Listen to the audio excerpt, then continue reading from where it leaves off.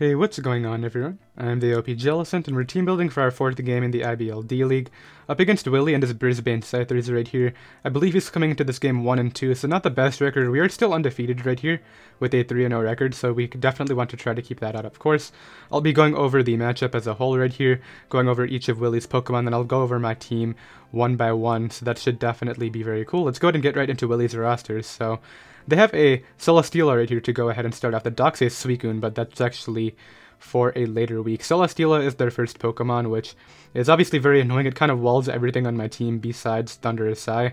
And I guess maybe Landorus T with Smackdown plus Earthquake could go ahead and take care of that too.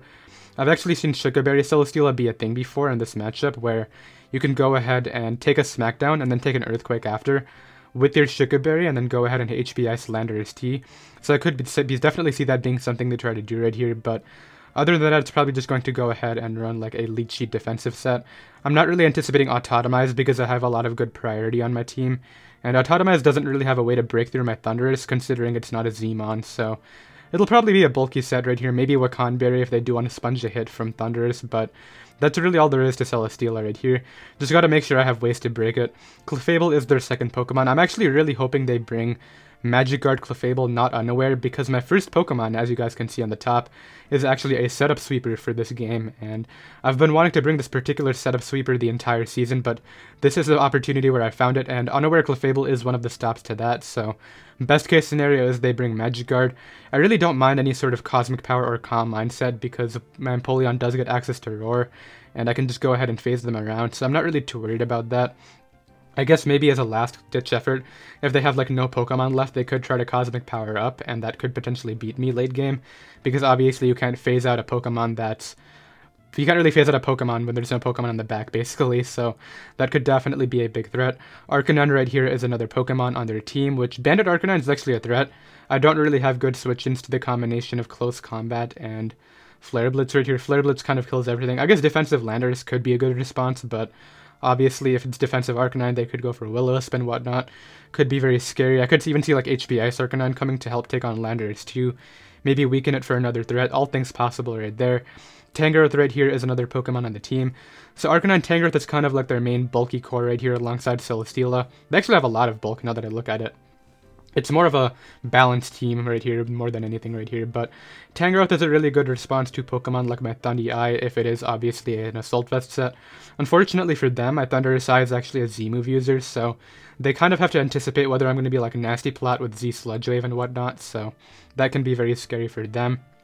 Other than that, a Fizdef set could definitely help wall my Landorus T, because Landorus T is not a Zmon.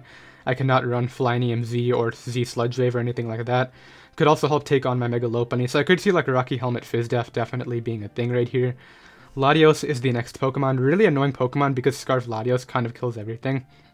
Not really sure whether they're going to bring it or not, because kind of hate to Weavile being able to Pursuit Trap that thing. Assault Vest Uniclus could also just go ahead and wall it completely. It really has no way of breaking through Assault Vest Uniclus, but the problem with that is if it's a setup set with like Calm Mind Recover, my Uniclus cannot actually break through that in return. So I actually think maybe the setup set might be an option if they're really anticipating Uniclus, but as you can see from my team on the top, I'm not bringing Uniclus right here. Scolipede is the next Pokemon. It is a Z-move user. This is the biggest threat to my roster right here. I have lots of priority that can go ahead and revenge kill it, but if they search the Storage Dance right here and get out of hand, that could definitely just 6-0 my entire team. So I really have to be careful about Scolipede. It can't really set up on anything. I designed this team so that really nothing can actually... It can't really set up an SD on any particular Pokemon, mainly because I can go ahead and phase it around, and every other Pokemon has a way of hitting it decently hard right here. So if anything, their strategy with Scolipede might just be whittle my entire team down into range of their attacks, and then just go ahead and late game clean with it, which I would obviously not let that happen. I could see like Z Aquatail coming for my Landorus T. That is definitely an option. I could also see like Z Earthquake coming for maybe Empoleon, because Fizdef Empoleon would actually be able to take an Earthquake, but I'm not bringing Fizdef Empoleon, obviously. I need Spadef for other Pokemon right here. Mega Mawile is a very big threat. Thankfully, I have one of the best Mega Mawile responses in the roster, or the draft pool, I guess, with Landorus T right here.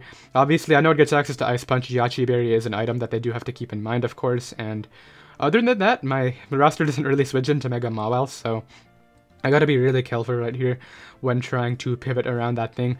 If it starts to Swords Dance up and it's out of range of an Earthquake, it could get really scary really fast. Thankfully, I do have some Pokemon on my team that can go ahead and resist Sucker Punch, such as my Mega Lopunny, and be able to threaten that with High Jump Kick or any of its other stab attacks, so that's very helpful right here too. But Mega Mawile, just a giant threat, of course. Zebstrika, not a giant threat. I have a Goodra, I have a Shaman, I have a Reuniclus, which could be Assault Vest. I have Landorus T, which could be Assault Vest or Yache Berry. Not worried about Zebstrika. Mamoswine right here is a pretty big threat. It actually does really well against my roster with its dual stab right here, being Ice and Ground. I don't actually have anything that can resist both, which is very scary, of course, but I guess I can naturally deal with Mamoswine using some of my other Pokemon right here. Venomoth right here is another Pokemon, which obviously Sleep Powder is a threat, but these last two bug types right here, Venomoth and Masquerain, are really not too big deals because of my Goodra. Assault Vest Goodra, or any Goodra for that matter, really does not care about their attacks, and I can just go ahead and knock them out with my Fire Blasts or Ice Beams right here, so that's definitely not the biggest problem with the Venomoth, and then, yeah, Masquerain's kind of in the same boat. I don't see Sticky Webs being very viable because a lot of my offense right here is immune to the hazards such as Landorus T and Thundurus Psy, unless they're that scared of Mega Lopunny. But if anything, I feel like they'll bring a balanced looking team right here without the Sticky Webs, with just a few bulky pivots and a lot of offense between Mega Mawile, Scolipede, maybe Scarf Latios. I could definitely see that being a thing. But yeah, that's going to be the Brisbane Scythers roster right here, and let's go ahead and get right into my 6 Pokemon. Okay, first Pokemon I have right here is my Bellydrum Magmortar, which this is kind of the dream matchup for Bellydrum Magmortar right here, because it has so much setup fodder between the Celesteela, the Clefable, the Tangrowth, maybe even the bug types at the end right there, Venomoth and Masquerain, because obviously Vital Spirit, my ability basically makes me so that I can't get put to sleep, so there's a lot of possibility right here with Bellydrum Magmortar. It's able to basically blow through all the bulk right here.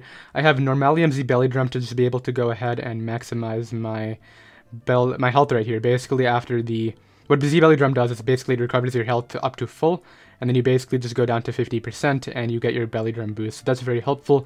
Somebody told me that if you are actually already Bellydrummed up and you go for the Normalium Z Bellydrum, you actually just get all your health back and you stay at full health, which could be very good. Substitute right here is very vital to be able to go ahead and sub on Pokemon like Sucker Punch, Mega Mawile, because obviously after a Bellydrum, I will not be taking a Sucker Punch, and then Flame Charge plus Return right here is just our dual coverage. It really hits everything on their team. Flame Charge is very instrumental to be able to go ahead and outspeed Pokemon like Scolipede.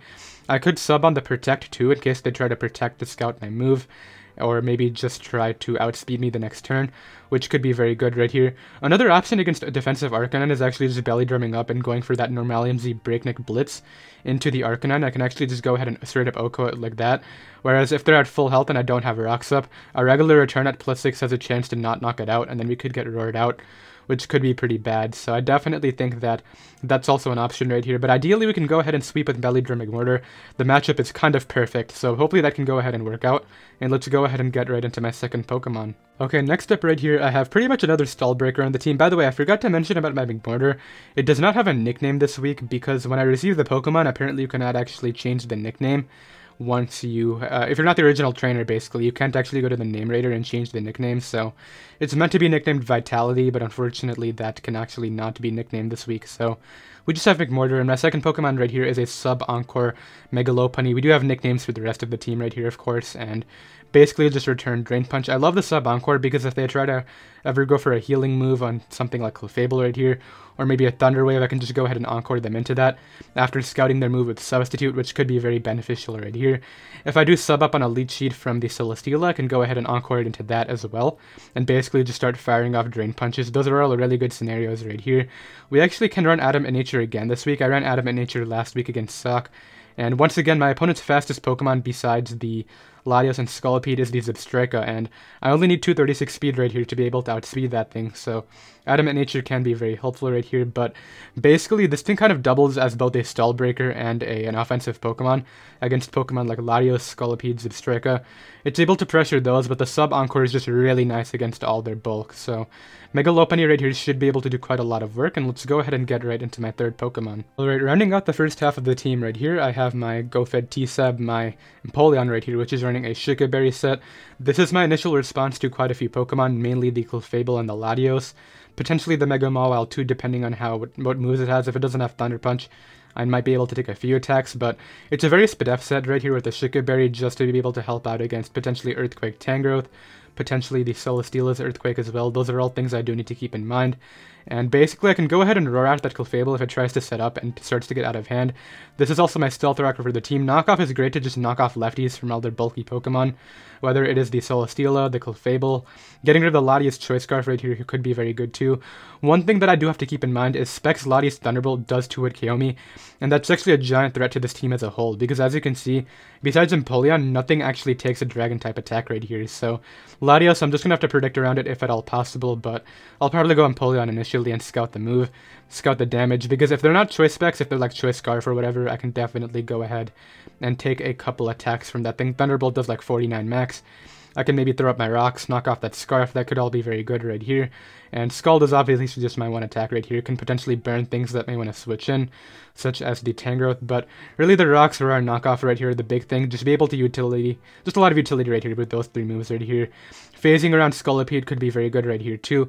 I don't want to risk that thing sitting up with Swords Dance in any scenario, because it could be a giant threat with Swords Dance plus Speed Boost, especially because I don't have Fake Out or Quick Attack on my Mega Lopunny.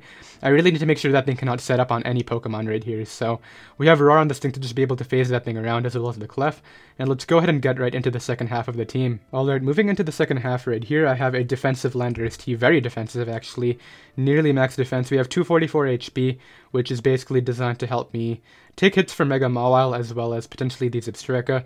I do have a Yache Berry, so I can go ahead and take a Hidden Power Ice from the Zebra if at all possible. I can also take an Ice Punch into a Sucker Punch for my Mega Mawile, which could be very good right here. This is my defogger for the squad. If I find that one of my win conditions are Thunderous, as I will go over later, or my McMortar, I definitely need to have a defogger on the team to get rid of rocks. Even if I have to defog my own, obviously, I still definitely need to prioritize my win condition versus just whittling their team down. Earthquake right here is really instrumental to be able to hit Pokemon like Arcanine. U-Turn can go ahead and catch stuff like Latios, and I can go ahead and knock off Tangrowth Assault Vest right here with my last move right here, so it's really just a pivot right here. I do have rocks on my Empoleon, so I figured I could make this the defogger right here. I figured that Empoleon is much more likely to get up rocks, if anything, because Landorus T is going to be very pressured in this game by lots of Ice-type attacks, of course. As I did say, potentially the Sugar Berry Hidden Power Ice Celesteela could be a thing right here. Being able to go ahead and take an Earthquake from my Landorus T, and then obviously hit me back with Hidden Power Ice. So really the Yache Berry right here is very instrumental, but it's just a pivot into Pokemon like Tangrowth if I want to defog Mega Mawile. Scolipede right here too. I do not take a +1Z Aqua Tail, so that's something I do have to scout for it as well, but I can take anything else from Scolipede right here. So really important Pokemon right here. It is my defogger and a very important pivot, but let's go ahead and get right into my final 2 Pokemon. Okay, second to last Pokemon I have right here is Shellnark Argudra, which is actually an offensive spread, very offensive this week. I figured that Assault Vest wasn't really necessary. I really added this to the team to be able to take Venomoth and Masquerain on, but when I was learning the Calyx, I can basically take those on even without an Assault Vest right here, so I actually decided to go ahead and run an Expert Belt set right here with just coverage for their entire team. I hit everything super effectively except for, I believe, the Mamoswine and probably the Arcanine too. I do not have Arcanine super effectively, but everything else I'm basically able to hit super effectively right here. Fire Blast actually 2-hit KOs Max Speed F Celesteela, which is very insane. I'm not really anticipating an Assault Vest set to come. Sludge Wave does 2-hit KO Clefable right here, even after a Calm Mind, which is very helpful too.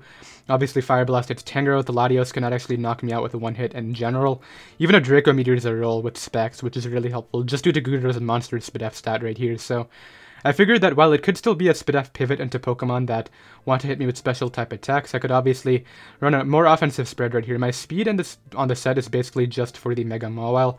I wanted to make sure that I always outspeed that in under any circumstances, because Fire Blast does obviously blow that away right here. So Mega Mawile definitely does not outspeed me. I outspeed it by 1 base point, and obviously I can go ahead and OHKO that with a modest Expert Built Fire Blast. I can take a Sucker Punch, no problem, assuming I am relatively healthy, and then Dragon Pulse right here is for the Lati. Ice Beam is able to go ahead and hit Pokemon like the Lati as well.